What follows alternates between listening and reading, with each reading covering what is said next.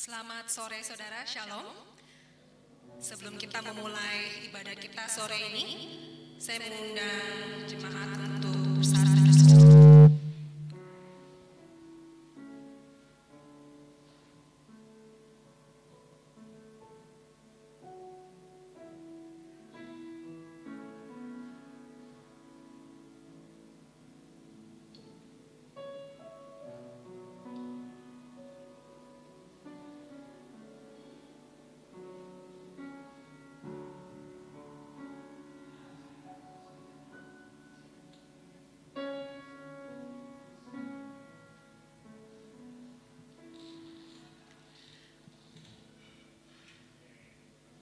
Shalom saudara, selamat datang, selamat berbakti kembali di Gereja SBI, dan yang baru pertama kali selamat datang saya ucapkan.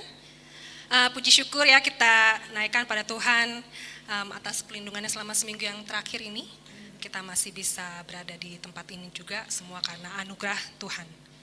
Saya mengundang jemaat untuk bangkit berdiri.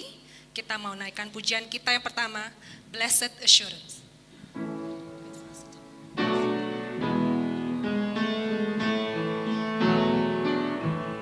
Blessed assurance, Jesus is mine. Oh, what a foretaste of glory divine, heir of salvation, purchase of God, born of His Spirit, washed in His blood. This is my story, this is my song, praising my Savior all the day long. This is my story, this is my song. Story, this is my song, praising my Savior all the day long. Perfect submission, perfect delight, visions of rapture burst on my sight, angels descending, pray from above, echoes of mercy, whispers of love. This is my story, this is my story, this is my song, praising my Savior all the day long. This is my story, this is my song, praising my Savior all the day long. Perfect submission, all is at rest. I in my Savior am happy and blessed, watching and waiting, looking above, filled with His goodness, lost in His love. This is my story, this is my song, praising my Savior all the day long. This is my story, this is my song, praising my Savior all the day long.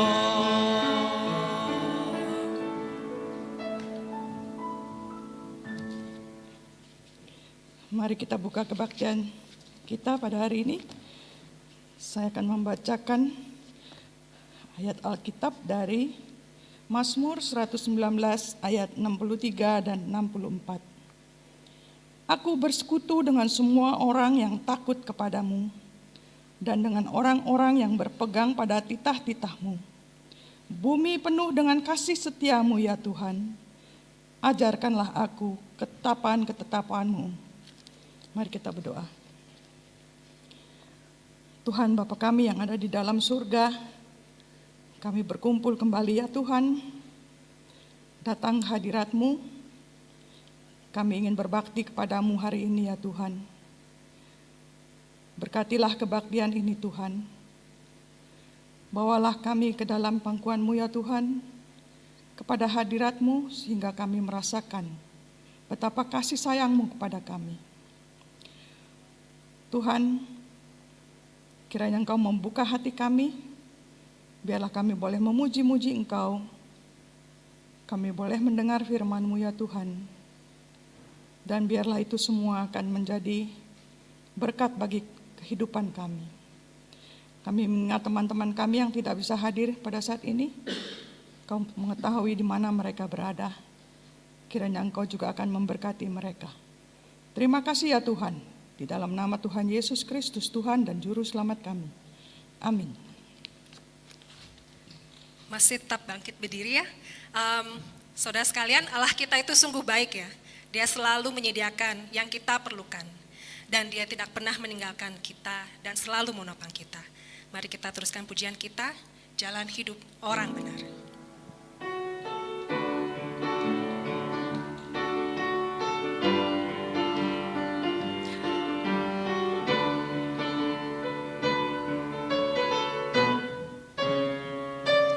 Jalan hidup orang benar diterangi oleh cahaya firman Tuhan. Jalan hidup orang benar semakin terang hingga rembang tengah hari. Apabila ia jatuh, tidaklah dibiarkan sampai tergeletak, sebab tangan Tuhan jua yang menopangnya dan membangunkan.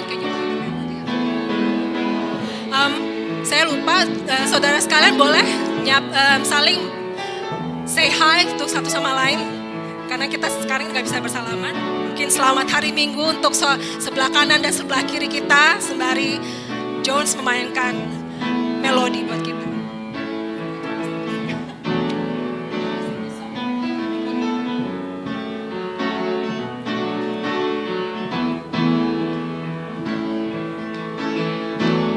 Jalan hidup orang benar diterangi oleh cahaya firman Tuhan. Jalan hidup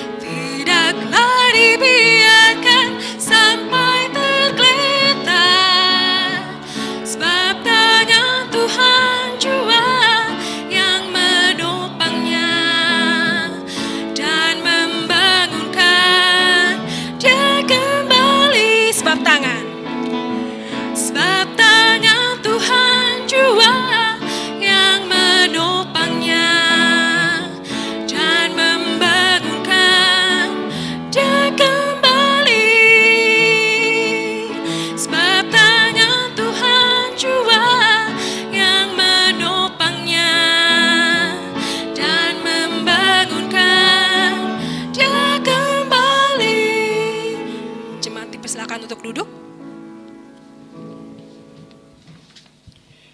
Saya akan membacakan berita untuk minggu ini.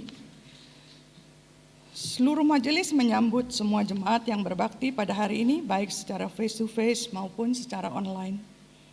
Kiranya firman Tuhan dan persekutuan pada hari ini dapat menguatkan iman, memberikan sukacita dan berkat.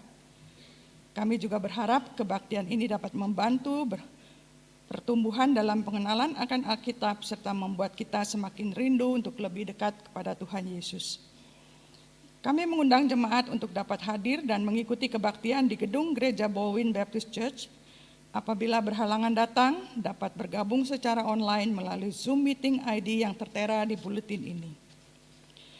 Untuk khotbah minggu ini dan minggu-minggu yang telah berlalu dapat didapatkan di YouTube dengan menggunakan link YouTube yang juga ada tertera di buletin ini. Majelis kembali mengucapkan terima kasih kepada Pendeta Benyamin Susilo yang telah bersedia melayani selama Pendeta Bagus pergi ke Indonesia. Kiranya Tuhan dapat terus memberkati pelayanan. Persekutuan doa bersama dan persekutuan pemahaman Alkitab mulai bulan ini akan diliburkan dan mulai kembali di bulan Februari tahun 2023. Majelis dan Gembala berterima kasih atas dukungan jemaat selama tahun 2022. Mari kita lanjutkan dengan doa syafaat kita. Tuhan, Bapa yang ada di dalam surga, kami memuji syukur ya Tuhan.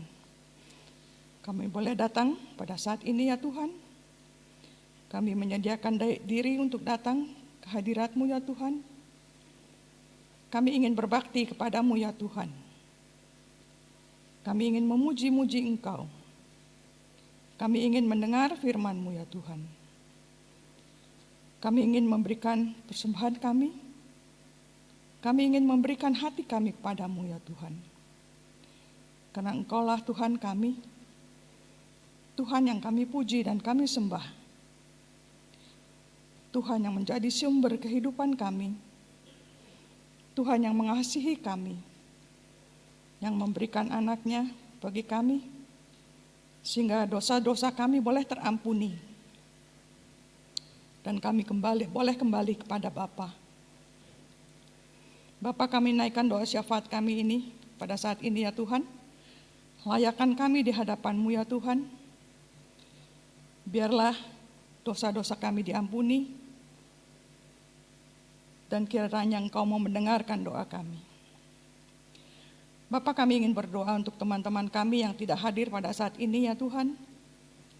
Karena mereka berlibur ya Tuhan.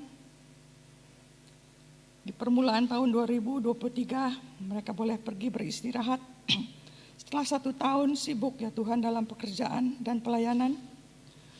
Kiranya Tuhan mau menolong mereka, memberkati mereka ya Tuhan. Menyertai mereka di dalam masa-masa sukacita ini. Kiranya Engkau membimbing mereka mengetahui di mana mereka berada. Jauhkanlah mereka daripada yang jahat. Jauhkanlah mereka daripada kesukaran ya Tuhan. Begitu juga kami di sini ya Tuhan. Berkatilah kami terus ya Tuhan. Meskipun kami tidak berada di dalam liburan kami, tetapi kami tetap bersukacita ya Tuhan. Karena kami tahu Tuhan ada beserta dengan kami. Bapak, kami berdoa juga untuk kesehatan para jemaat ya Tuhan. Terutama bagi yang sudah berumur ya Tuhan. Engkau berikan berkat dengan kesehatan yang baik. Biarlah kami boleh sehat terus, apalagi di masa pandemi ini ya Tuhan, di mana kembali bertambah penyakit COVID. Jauhkanlah kami dari penyakit-penyakit ini Tuhan. Jauhkanlah kami semua dari penyakit-penyakit yang mengkhawatirkan. Biarlah kami terus bersukacita melihat orang-orang yang kami kasihi di dalam keadaan sehat. Kami mengingat teman kami Suwani ya Tuhan yang sudah lama tidak bisa datang ke gereja, yang saat ini sedang terbaring di rumah sakit. Kiranya juga Tuhan mau menolongnya ya Tuhan. Sembuhkanlah kaki yang sakit, tulang yang patah, kembali bersambung. Dan biarlah Suhani juga semakin dekat pada Tuhan, apalagi pada masa-masa sekarang ini ya Bapak. Tuhan, terima kasih atas semuanya. Tuhan, kami berdoa untuk gereja ini. Engkau akan terus menyertai gereja ini ya Tuhan. Karena Engkaulah yang telah menyediakan bagi kami tempat kami ini beribadah ya Tuhan.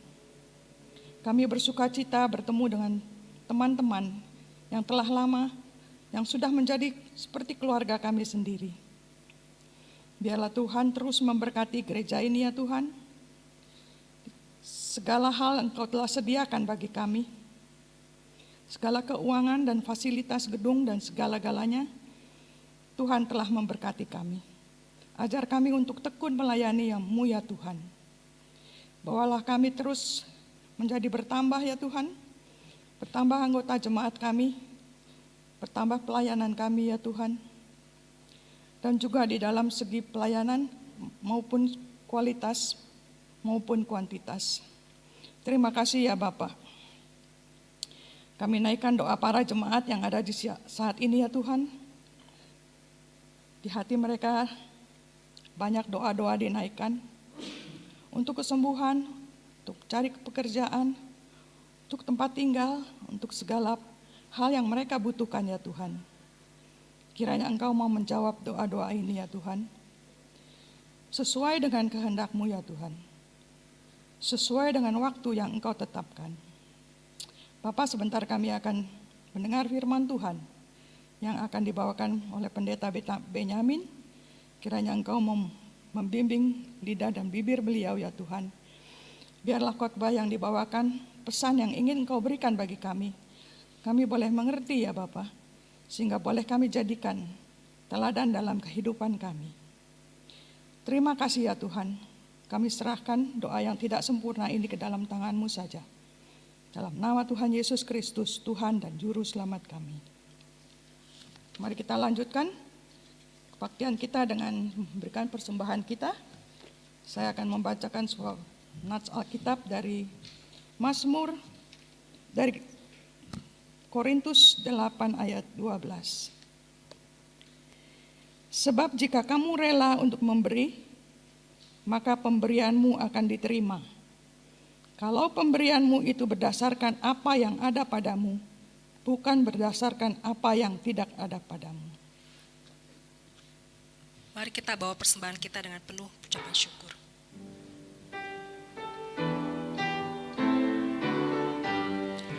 Tabur waktu pagi, tabur benih kasih, tabur waktu siang, terus sampai senja. Nantikan tuaian pada musim panen, kita akan bersuka bawa berkasnya masuk lumbungnya. Kita akan bersuka bawa berkasnya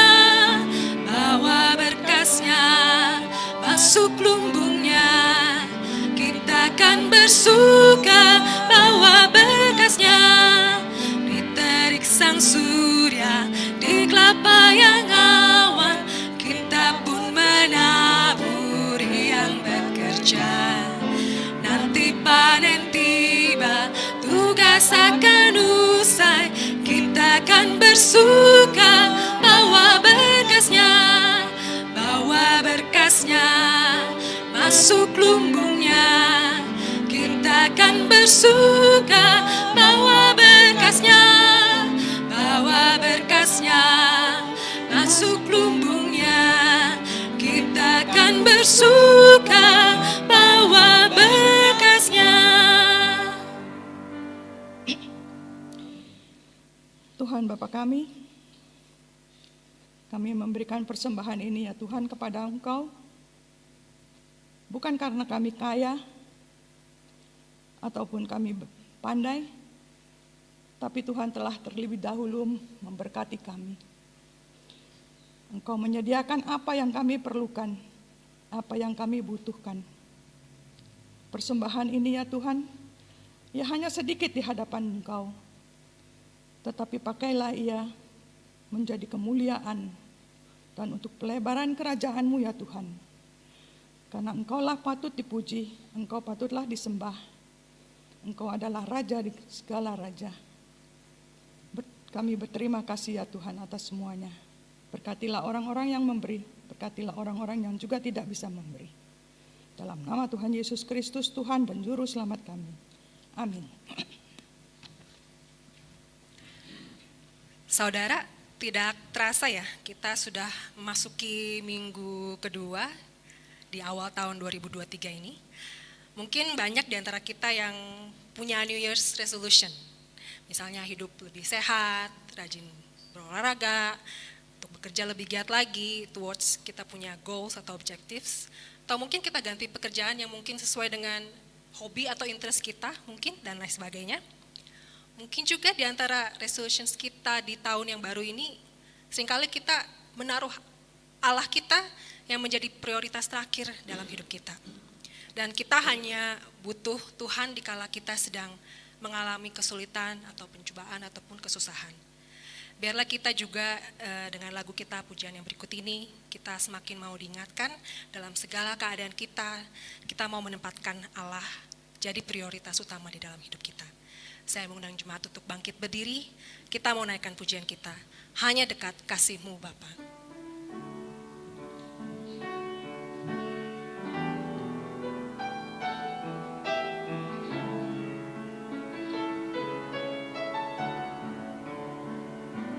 Hanya dekat kasih-Mu Bapa,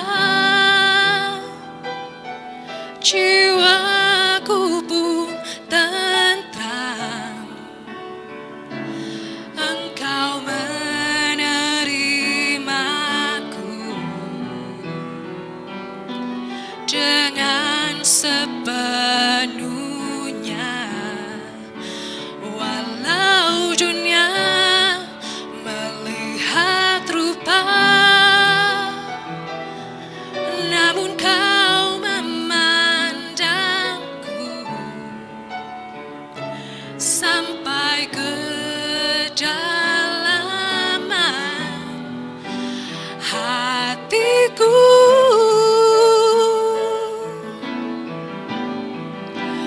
Tuhan, inilah yang ku tahu, Kau mengenal hatiku jauh melebihi semua yang terdekat sekalipun. Tuhan, inilah yang ku mau, Kau menjaga hatiku supaya kehidupan memancar senantiasa.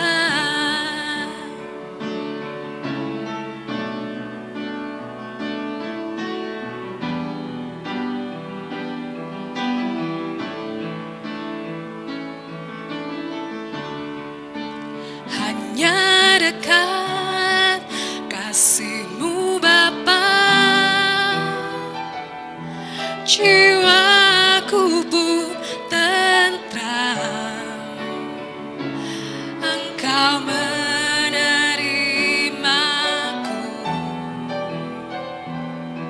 dengan sepenuhnya, walau dunia melihat rupa, namun Kau memandangku sampai kedalaman hatiku.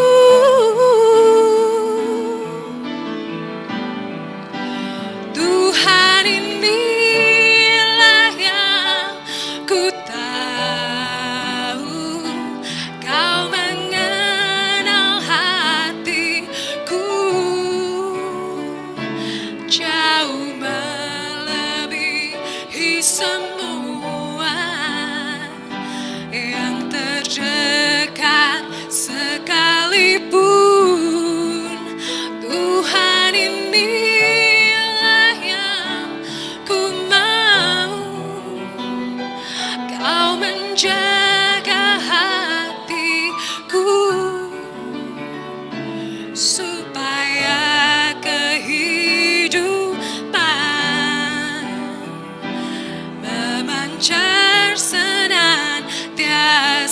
Tuhan inilah, Tuhan inilah yang ku tahu.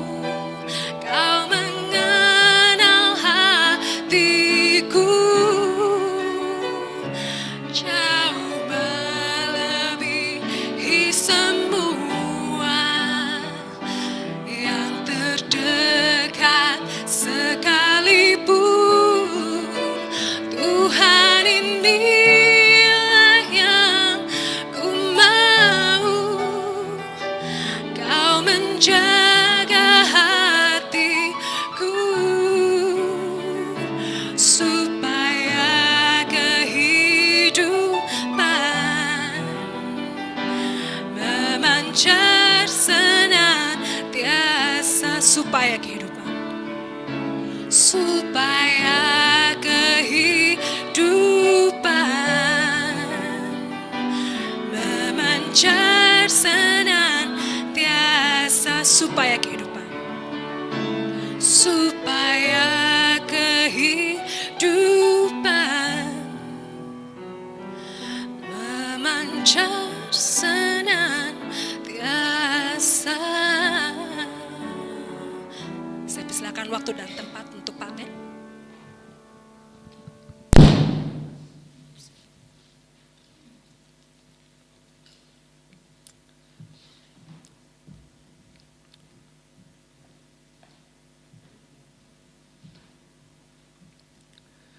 Tuhan yang Maha Pemurah, Engkau dengan setia berjalan bersama dengan umat-Mu, dimanapun mereka berada dalam suka dan duka, baik itu di padang belantara, di tanah perjanjian, atau di pengasingan, Engkau ada di sana. Bersamalah kami saat ini ya Tuhan, saat kami merenungkan hidup kami melalui firman-Mu. Bukalah pikiran dan telinga kami, agar kami dapat hidup sesuai dengan kehendak-Mu, dimanapun kami berada, dalam situasi apapun hidup ini kami lalui. Dalam nama Tuhan Yesus, amin. Silahkan duduk.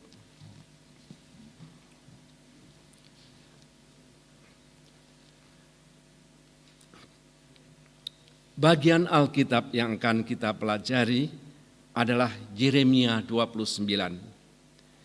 Kita patut bersyukur, bahkan umat manusia patut bersyukur, mempunyai salah satu bagian Alkitab Perjanjian Lama yang sangat penting ini. Ini salah satu bagian yang oleh para ahli disebut bagian yang paling sangat penting dalam Perjanjian Lama. Karena ini menyangkut masalah bagaimana kita hidup bersama dengan orang-orang yang berbeda sepanjang zaman. Ayat ini sangat kaya, maka dari itu saya hanya akan ambil beberapa bagian untuk menyoroti satu bagian saja. Karena ayat ini sungguh-sungguh amat kaya, kita tidak akan habis-habisnya menggali kekayaan ayat ini. Yeremia pasal 29, saya hanya akan ambil beberapa ayat saja. Yang pertama, kemudian kita ambil 4 sampai dengan 7, kemudian 12 sampai dengan 14. Beginilah bunyi surat yang dikirim oleh Nabi Yeremia dari Yerusalem kepada tua-tua di antara orang buangan, kepada imam-imam kepala, kepada imam iman, kepada nabi-nabi, dan kepada seluruh rakyat yang telah diangkut ke dalam pembuangan oleh Nebukadnezar dari Yerusalem ke Babel. Itu terjadi sesudah Raja Yehonia. Kemudian ayat 4. Beginilah firman Tuhan semesta alam, Allah Israel, kepada semua orang buangan yang diangkut ke dalam pembuangan dari Yerusalem ke Babel. Dirikanlah rumah untuk kamu diami, buatlah kebun untuk kamu nikmati hasilnya. Ambillah istri untuk memperanakan anak laki-laki dan perempuan, ambilkanlah istri bagi anakmu laki-laki, dan carikanlah suami bagi anakmu perempuan, supaya mereka melahirkan anak laki-laki dan perempuan, agar di sana kamu bertambah banyak dan jangan berkurang. Usahakanlah kesejahteraan kota kemana kamu aku buang, dan berdoalah untuk kota itu kepada Tuhan, sebab kesejahteraannya adalah kesejahteraanmu. Sungguh. Kemudian kita akan ambil ayat yang ke-12 sampai dengan ayat 14. Dan apabila kamu berseru dan datang untuk berdoa kepadaku, maka aku akan mendengarkan kamu. Apabila kamu mencari aku, kamu akan menemukan aku. Apabila kamu menanyakan aku dengan segenap hati, aku akan memberi kamu menemukan aku. Demikianlah firman Tuhan. Saudara yang kekasih dalam Kristus, pada waktu kami ikut tur ke Jeju Island di Korea Selatan, saya melihat ada rombongan lain yang beberapa kali bertemu dengan rombongan kami. Saya melihat dalam rombongan lain itu ada seorang wanita sekitar umur perkiraan saya 70 tahun ke atas, yang badannya kurus, memakai kursi roda, dan didampingi oleh 2 orang laki-laki yang lebih muda. Saya pikir ini mungkin anak-anaknya. Saya kira mereka memang anaknya. Ketika kami sampai di kompleks kuburan raja-raja yang letaknya naik ke atas bukit kurang lebih 30 terap kalau begitu, dan itu cukup tinggi, menanjak, saya pikir mereka mungkin tidak bakal naik. Karena kemana-mana mereka didorong dengan kursi roda itu. Ternyata saya keliru. Seorang anaknya mengangkut kursi rodanya, dan anaknya yang lain menggendong ibunya naik ke atas trap itu. Waktu itu saya melihat pemandangan yang paling indah yang pernah saya saksikan, di mana cinta kasih diwujudkan dalam saling membantu. Kesimpulan saya, wanita itu kakinya lemah dan sangat mungkin menderita penyakit. Tetapi dia tetap ingin menikmati hidup dengan ikut tur ke Jeju Island. Dia bisa mengalami itu karena dia dibantu oleh kedua anaknya yang mendampingi bahkan menggendong dia. Maka apapun yang terjadi dalam kehidupan ini, seharusnya kita bisa jalani dan kita nikmati. Apalagi kalau kita saling mengasihi satu sama lain. Saudara sekalian, hari ini kita mendengar firman Tuhan kepada bangsa Israel yang ada di tanah pembuangan untuk memberitahukan mereka, termasuk para imam, tua-tua, maupun para pemimpin Israel yang ada di sana, supaya ini mewakili seluruh rakyat yang ada di sana, di tanah pembuangan atau sering disebut tanah pengasingan, yaitu di Babel, untuk hidup seperti biasa, menikmati hidup seperti biasa, membangun rumah, melahirkan anak, berkebun, menuai, dan dinikmati hasilnya, dan menjadi berkat bagi dirinya dan bagi orang-orang lain. Sepintas terdengarannya seperti pesan sederhana. Namun bagi orang Israel di pengasingan, tentu tidak semudah itu. Coba pikirkan dari sudut pandang dan situasi mereka saat itu. Mereka ditawan oleh tentara Nebukadnezar II dari kerajaan Babilonia, negara superpower zaman itu yang sudah mengalahkan Syria yang begitu besar waktu itu. Yang pusatnya ada di kota Babylon, sekitar 80 km selatan Baghdad sekarang. Itu pusat kotanya. Yerusalem dengan bait sucinya dihancurkan. Mereka ditawan, dibawa ke Babylon, kota utama atau Babel dalam bahasa Indonesia, berjalan kaki sekitar 900 km zaman dahulu. Belum ada Hume Highway yang dari sini dari Melbourne maupun ke Sydney itu sekitar 900 km. Tapi kita enak melewati jalan seperti mereka melewati padang gurun, barangkali padang pasir yang harus dilewati jalan kaki. Mereka sangat mungkin kehilangan orang-orang yang mereka kasihi selama dalam perjalanan melalui padang gurun itu. Mereka tinggal di negara bersama-sama dengan bangsa-bangsa lain. Selain bangsa setempat, sangat mungkin juga bangsa-bangsa lain yang ditawan dalam peperangan waktu itu yang bersama dengan Yehuda melawan dan memberontak Babylon, yaitu Moab, Ammon, dan Tirus serta Edom. Saudara bisa baca 2 Raja-Raja 24. Jadi mereka hidup bersama dengan orang-orang yang berbeda dalam agama, berbeda dalam budaya, berbeda dalam kebiasaan. Mereka berbeda dalam banyak hal, berbeda juga dalam bahasa tentunya. Sangat mungkin mereka dibatasi untuk menjalankan agama Yahudi mereka. Lihat Daniel 1 misalnya.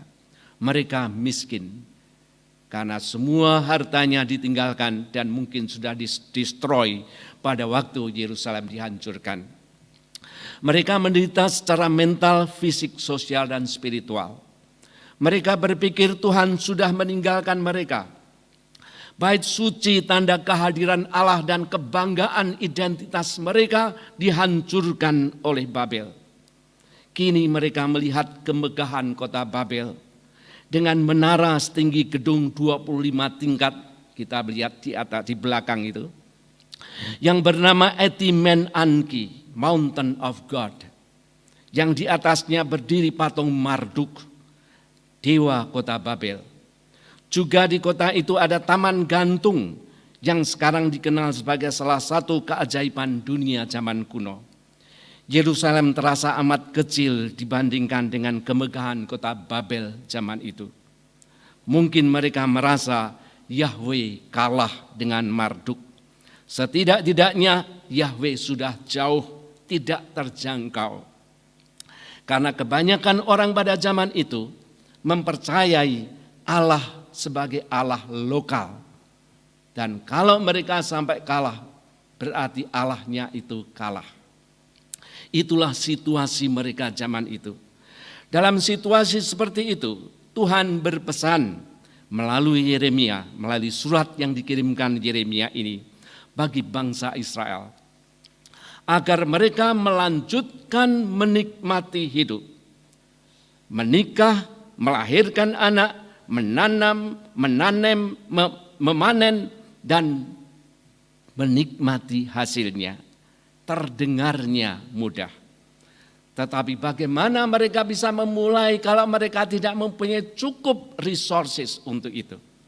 Mereka miskin, mereka jatuh, mentalnya sudah hancur lebur, spiritualnya sudah tidak ada.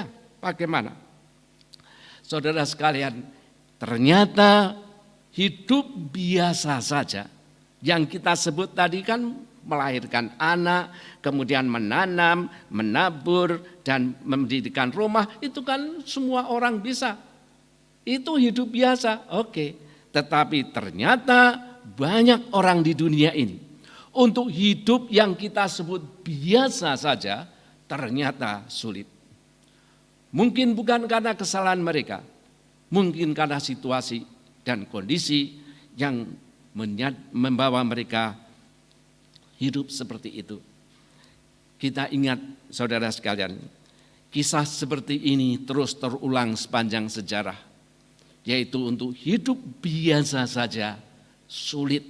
Maka sebagai orang percaya kita perlu berempati kepada mereka dan jangan mempersulit kehidupan yang mereka alami yang sudah sulit itu. Saudara, misalnya orang-orang yang mencari suaka di Australia hidup dengan visa sementara. Mereka bisa hidup tapi tidak boleh bekerja. Untuk berapa lama tidak tahu. Sehingga mereka hidup sangat pas-pasan. Orang-orang yang menderita penyakit yang membatasi hidup mereka, mempengaruhi kesehatan fisik maupun mental mereka. Sebagian besar dari mereka merasa hidup sudah terhenti, mandek. Karena keinginan mereka sudah tidak ada. Tetapi juga oleh situasi dan kondisi mereka yang sudah sangat lemah. Para korban perang seperti yang sekarang kita saksikan di Ukraina, kita melihat mereka hidup biasa saja sulit. Dan sudah saudara sekalian cukup banyak orang yang hidup seperti itu. Saya menyaksikan selama pelayanan saya, kalau orang sudah tidak punya semangat hidup, sudah tidak mempunyai tujuan lagi untuk apa saya hidup, ini sudah mendekati kematian, sudah separuh mati. Saudara, hidup terasa kering seperti hidup di padang pasir, beban terasa berat, maka untuk apa hidup ini? Dalam situasi seperti itu kita perlu mendengar sekali lagi apa yang dikatakan oleh Yeremia melalui suratnya ini. Pesan ini mengingatkan kita semua bahwa dalam situasi apapun kita berada, kita perlu melanjutkan hidup kita untuk hidup seperti yang Tuhan kehendaki, untuk menemukan sukacita kembali dan rasa syukur atas anugerah hidup yang Tuhan berikan ini. Dan sekaligus hidup menjadi berkat dimanapun kita berada. Apakah pesan Yeremia untuk mereka yang hidupnya mandek dan tidak punya semangat lagi ini? Saudara, saya hanya akan tunjukkan dua berdasarkan apa yang kita baca. Yang pertama, usahakanlah kesejahteraan, dalam bahasa aslinya shalom. Usahakanlah shalom kota kemana kamu aku buang. Dan berdoalah untuk kota itu kepada Tuhan dengan huruf besar semua, itu Adonai atau Yahweh, sebab kesejahteraannya, shalomnya adalah shalommu. Kesejahteraannya adalah kesejahteraanmu. Saudara sekalian, tidak ada kehidupan yang lebih baik, lebih membawa kepuasan batin, lebih membawa sukacita daripada hidup yang menjadi shalom.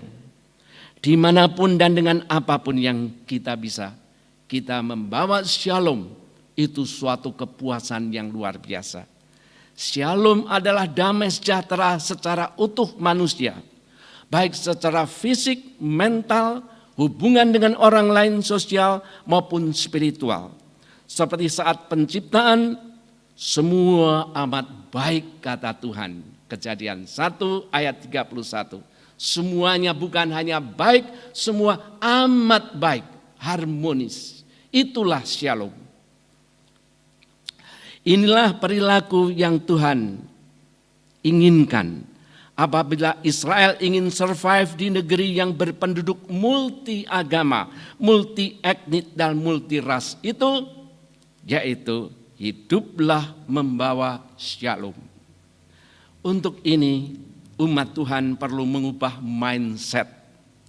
Bagi kita, pakailah pikiran dan perasaan Yesus Kristus.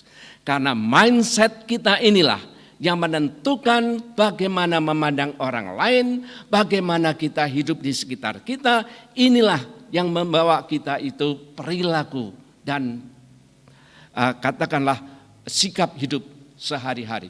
Maka dari itu yang perlu dirubah adalah ini. Apabila kita pikirkan itulah apa yang kita pikirkan, itulah yang mewarnai sikap dan perilaku kita. Maka dari itu kamu jangan melihat orang lain sebagai musuhmu, sebagai sumber penderitaanmu, sebagai sainganmu.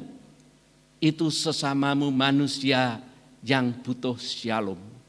Sebagaimana kamu membutuhkan shalom, mereka juga manusia ciptaanku. Yahweh bukan Allah lokal. Yahweh adalah Allah alam semesta.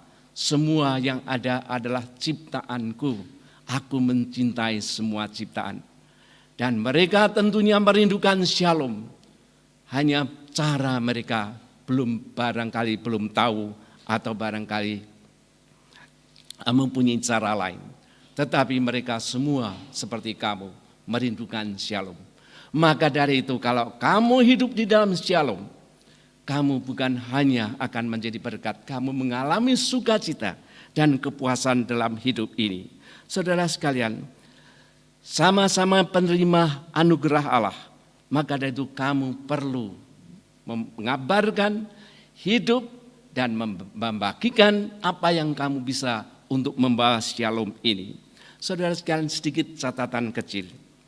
Inilah sebenarnya kunci hidup dalam masyarakat yang multi agama, multi faith, multicultural maupun multi etnis.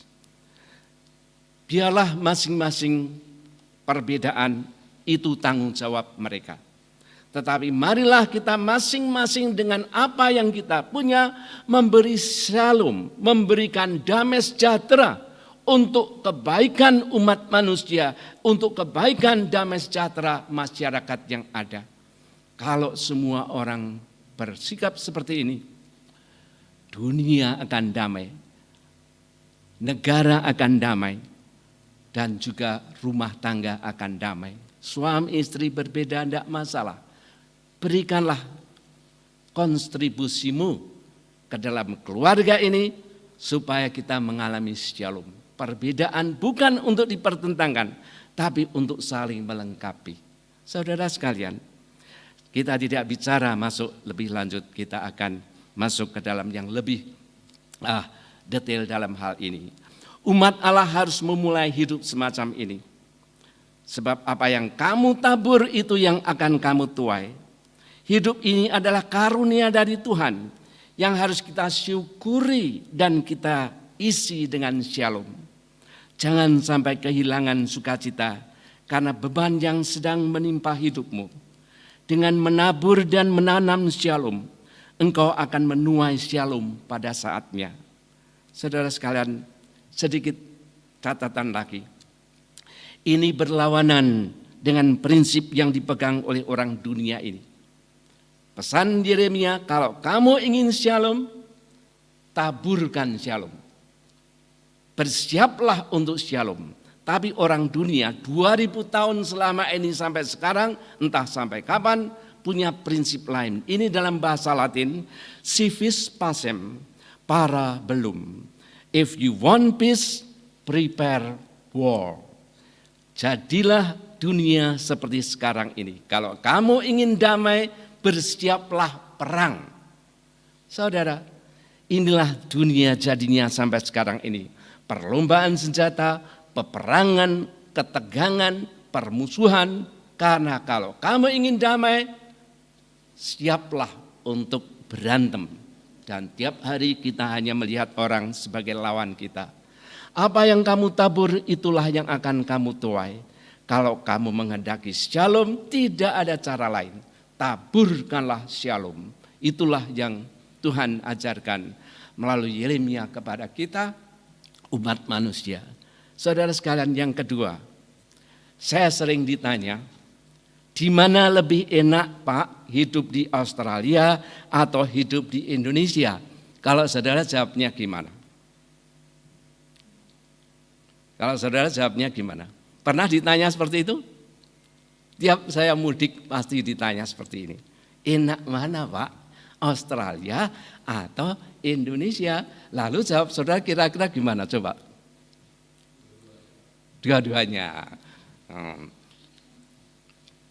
Saudara tahu ingin jawaban saya? Nah, ini jawabnya persis seperti Yeremia. Saudara, atau saya belajar dari Yeremia. Saudara, saya menjawab seperti ini.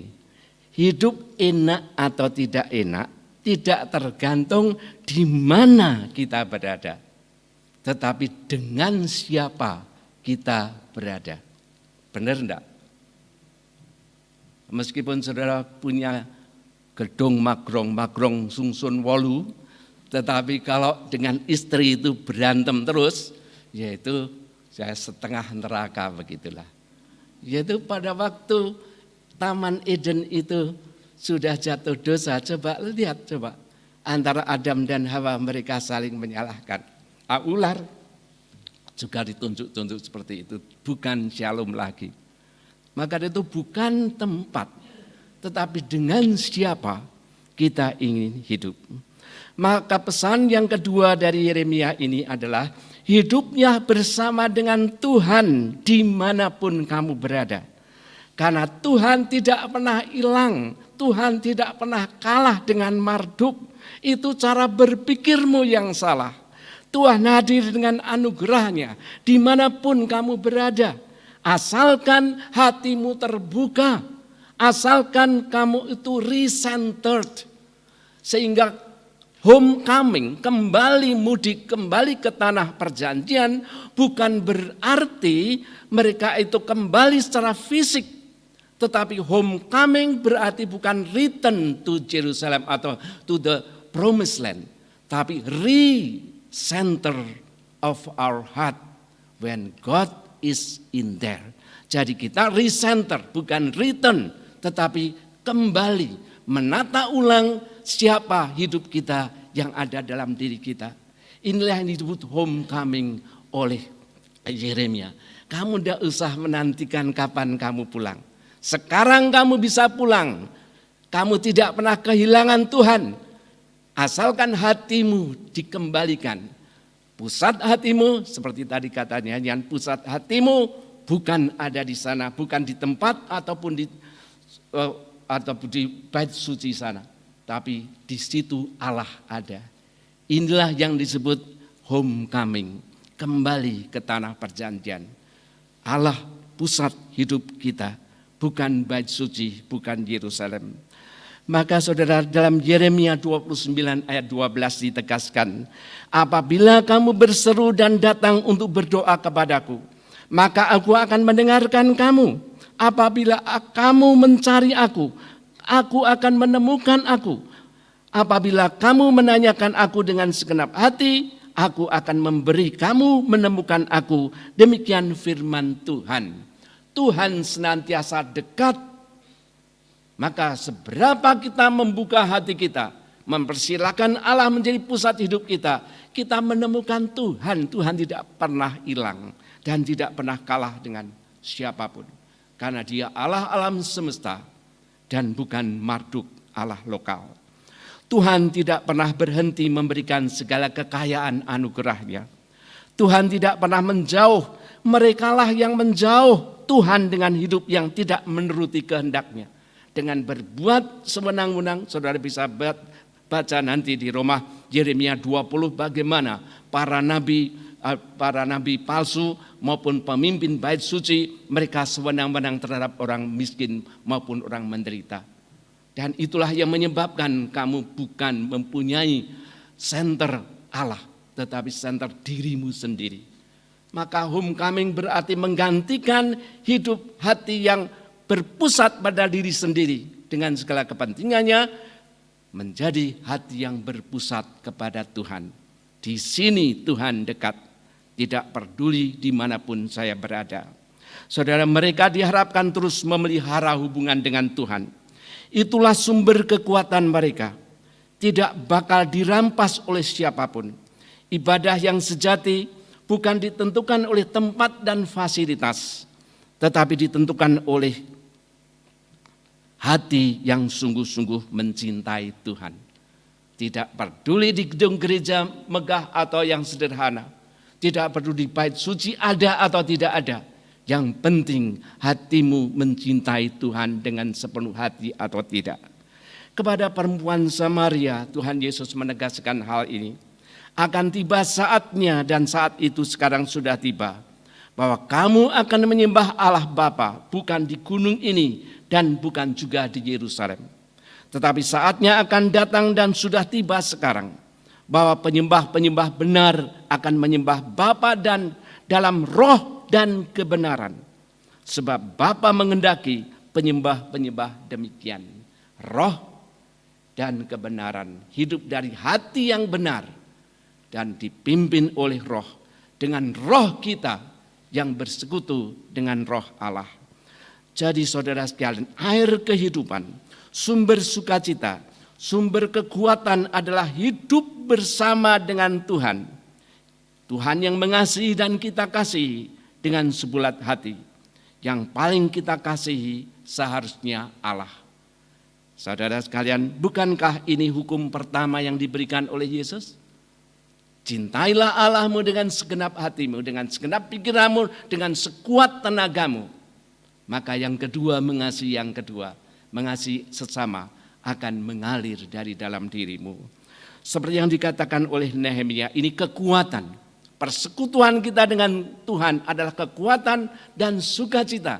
Nehemia dalam pasal 8 mengatakan dalam terjemahan New Revised Standard Version ya, do not be grieved, for the joy of the Lord is your strength. Janganlah bersusah hati, karena sukacita karena Tuhan itulah kekuatanmu. Dalam situasi apapun, persekutuan kita dengan Tuhan akan terus memberikan sukacita yang melampaui segala akal, damai sejahtera yang melampaui segala akal. We can enjoy life in every situation of life. Masa pengasingan di Babilonia, saudara sekalian, masa pengasingan di Babilonia dan keluaran di zaman Musa adalah dua masa yang paling berat dalam sejarah Israel. Tetapi justru inilah masa-masa yang membentuk mereka sebagai bangsa dan umat Allah. Kalau kita melihat saudara, banyak teks perjanjian lama ditulis pada zaman itu, pada zaman pembuangan. Bahan-bahannya sudah beredar sebelumnya, tapi biasanya mereka dari mulut ke mulut dan oleh para imam dihafal. Tapi pada zaman ketika bait suci sudah runtuh, mereka bertekad untuk menuliskannya supaya tidak tergantung kepada orang-orang yang menghafal lagi. Maka pada waktu itulah budaya Israel justru berkembang pada waktu itu dalam situasi sulit. Tuhan menggunakan kedua perjalanan ini, exile maupun exodus, untuk membentuk dan mengubah Israel. Maka demikian pula Tuhan juga akan menggunakan masa-masa sulit kita, masa pengasingan dan situasi padang gurun kita masing-masing untuk membentuk dan mengubah kita menjadi ciptaan baru. Setiap hari kita sedang dalam proses menjadi ciptaan baru. Dalam perjalanan hidup kita terus diberkati sekaligus menjadi berkat bagi orang lain. Saudara sekalian, saya tutup dengan ini. Siapa yang suka nonton American Got Talent? Pernahkah saudara mendengar nama Nightbird? Dia adalah salah satu kontestan di musim America Got Talent tahun 2021 yang menarik mata dan hati jutaan orang di dunia. Tidak hanya dengan suaranya yang indah, tapi dengan kisah hidupnya yang ulet. Nama aslinya adalah Jane Kristen Marksweski. Seorang Kristen yang devoted, Kristen yang setia. Dalam blognya dia mengungkapkan, bahkan dalam penderitaan yang paling menyakitkan, karena dia terkena kanker yang sudah menyebar kemana-mana, dan perceraian. Dia menemukan Tuhan di lantai kamar mandi, di mana dia sering berbaring di malam hari, dengan kepala di tempat duduk toilet. Inilah kata-katanya yang mengharukan dan benar. You can't wait until life isn't hard anymore. Before you decide to be happy, engkau tidak bisa menunggu sampai hidup tidak berbeban lagi untuk memutuskan hidup berbahagia. Jangan menunggu karena senantiasa hidup selalu ada kekurangan di sana sini. Tapi meskipun demikian, jangan sampai kita memutuskan untuk menyerah. Kita harus memutuskan untuk berbahagia, enjoy life. Inilah klip audisinya di AGT tersebut. Coba.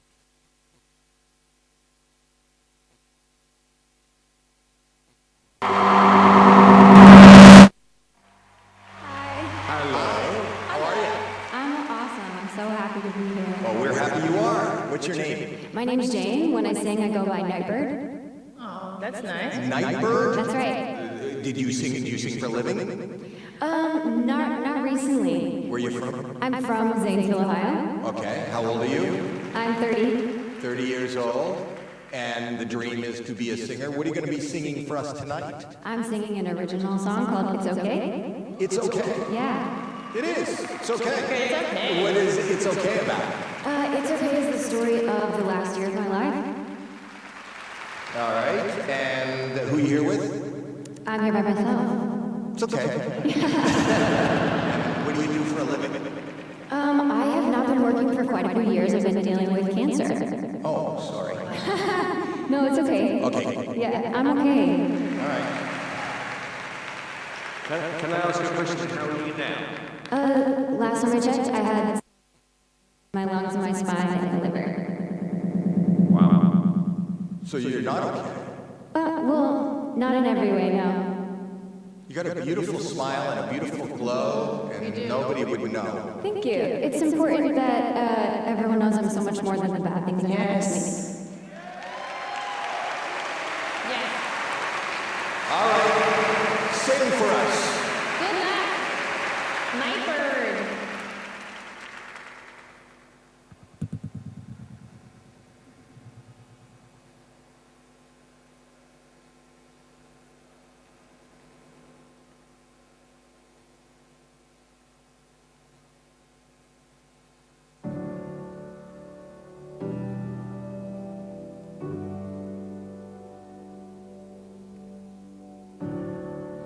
I moved to California in the summertime. I changed my name thinking that it would change my mind. I thought that all my problems they would stay behind. I was a stick of dynamite and it just was a matter of time, yeah. All day, oh my, now I can't hold. Said I knew myself, but I guess I lied. It's okay, it's okay, it's okay, it's okay. If you're lost with all of it lost, and it's alright. It's okay, it's okay, it's okay, it's okay. If you're lost with all of it lost, and it's alright. It's alright, it's alright, it's alright.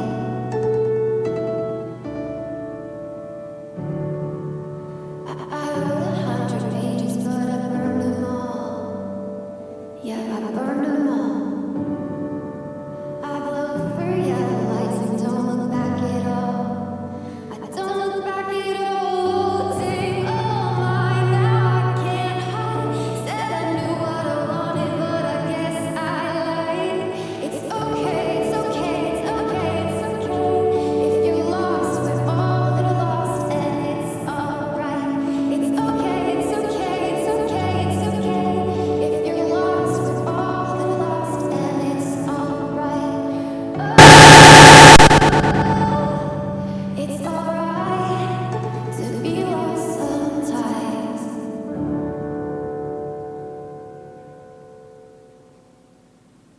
Wow.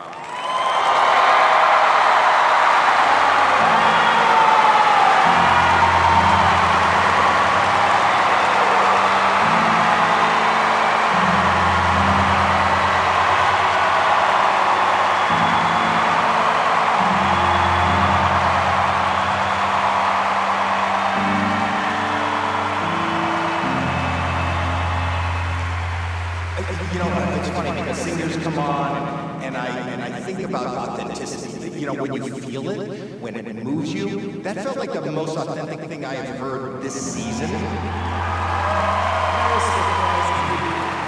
It was powerful, it was heartfelt, and I think you're amazing. You gave me chills. I mean, your voice is so beautiful to listen to. It was beautiful all the way around. Your voice is stunning. It is. Absolutely stunning. And I totally agree with what Howie said, you know, about authenticity. There was something about that song after the way you just almost casually told us what you're going through. And, you know, You can't wait until life isn't hard anymore before you decide to be happy.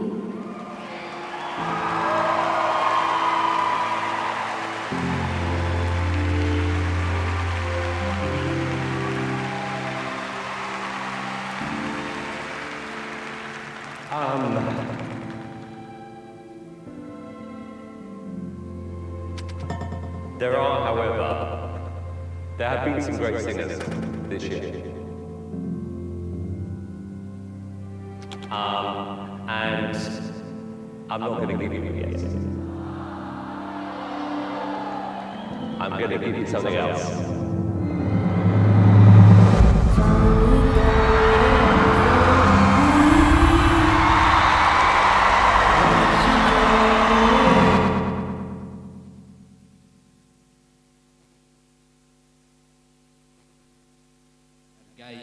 Dan Simon sampai terharu mendengarkan kesaksiannya, saudara. Dan dia meninggal beberapa bulan setelah audisi ini, dalam usia 31 tahun. Saudara sekalian, hidup ini adalah hadiah dari Tuhan untuk kita, untuk keluarga kita, dan untuk orang-orang di dunia di mana kita tinggal. Hidup tidak pernah untuk diri sendiri. Maka marilah kita menemukan keberanian dan kekuatan untuk terus menjalani hidup kita sepenuhnya, apapun yang terjadi. Dan terus-menerus mencari cara untuk membangun dan menabur benih damai sejahtera dengan mengetahui bahwa Tuhan ada di pihak kita untuk menopang, merawat, dan menyediakan kita sepanjang perjalanan hidup kita. Saya mengutip satu kata-kata dari C.S. Lewis. It is not the load that weighs you down, but how you carry it. Bukan beban yang membebanimu yang membuat kamu jatuh, tetapi bagaimana engkau membawanya. Marilah kita memikul beban hidup ini bersama dengan Tuhan. Amin.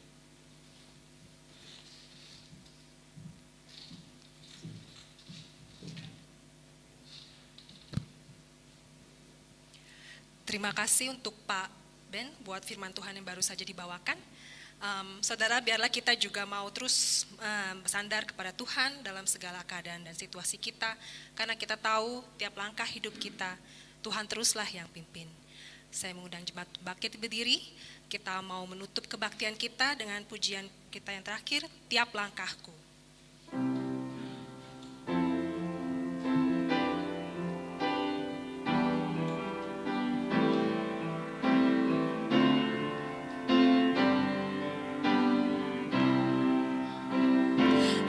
Langkahku diatur oleh Tuhan, dan tangan kasih-Nya memimpinku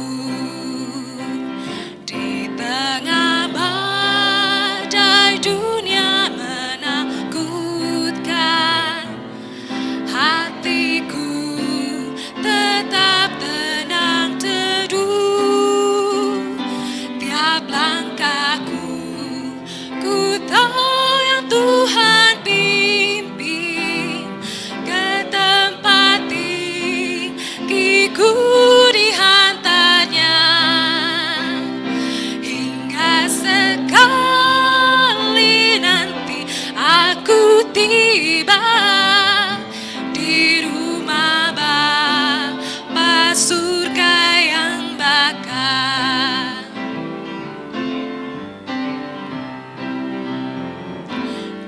Waktu imanku mulai goyah, dan bila jalanku hampir sesat, ku pandang Tuhanku penebus dosa. Ku teguh sebab Dia dekat. Tiap langkahku, ku tahu Tuhan yang pimpin ke tempat tinggiku dihantarnya, hingga sekali nanti aku tiba di rumah Bapa surga yang bakal. Sekali nanti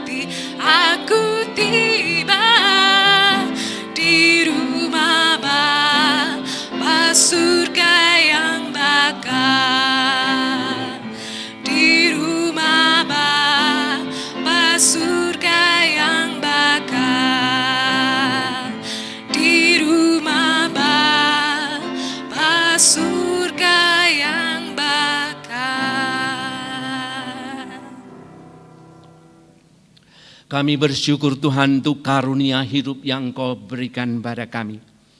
Dan biarlah kami nikmati, kami gunakan Tuhan dengan sebaiknya. Karena Engkau memberikan hidup ini untuk menjadi berkat dimanapun kami berada. Biarlah Tuhan setiap apa yang kami katakan, apa yang kami lakukan, apa yang kami kerjakan, senantiasa kami bertanya, apakah ini untuk damai sejahtera keluargaku, gerejaku, masyarakatku, dan sesamaku. Supaya Engkau dipermuliakan melalui hidup kami, dan hidup kami boleh membawa sukacita. Kami serahkan Tuhan seluruh kebaktian ini Tuhan sempurnakan, supaya Engkau tetap mendampingi kami dan berfirman dalam hati sanubari kami, dimanapun kami berada. Kuatkanlah kami Tuhan, dampingilah kami, dukunglah kami, karena kami lemah dalam menghadapi situasi hidup yang tidak menentu ini. Pulanglah dalam damai sejahtera Kristus, saudaraku, dan terimalah berkat Tuhan. Kasih karunia Tuhan Yesus Kristus, kasih Allah dan persekutuan Roh Kudus menyertai saudara sekalian dari sekarang sampai selamanya. Amin. Amin. Amin.